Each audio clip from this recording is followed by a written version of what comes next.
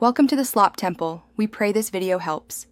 You begin by confirming you've got a MagSafe or Ki-certified pad and a 20W plus USB-C PD adapter because power delivery affects speed. Once done, remove bulky cases or metal items so alignment works. Cases under 3 mm usually fine. Make sure the charger sits flat and the cable is securely connected to a live outlet. Now pick up your iPhone 16 and hold it near the charger's center. Don't drop it, so the magnets can engage and the phone will begin the next step automatically.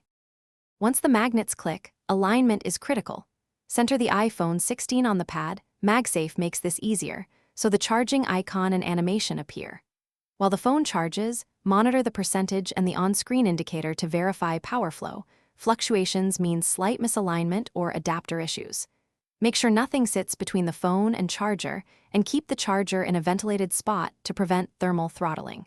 If you need faster charging, consider removing case or using a higher wattage PD adapter compatible with the charger.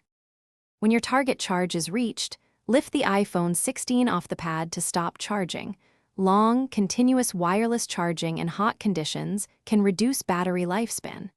If charging doesn't start, first reseat the phone and unplug, then replug the adapter. Often that resets the handshake. Make sure iOS is updated so charging protocols are current. If problems persist, swap the cable or adapter and try another certified pad to isolate hardware versus phone issues. This one swap usually reveals the culprit. Thanks for watching. Consider subscribing if we helped you.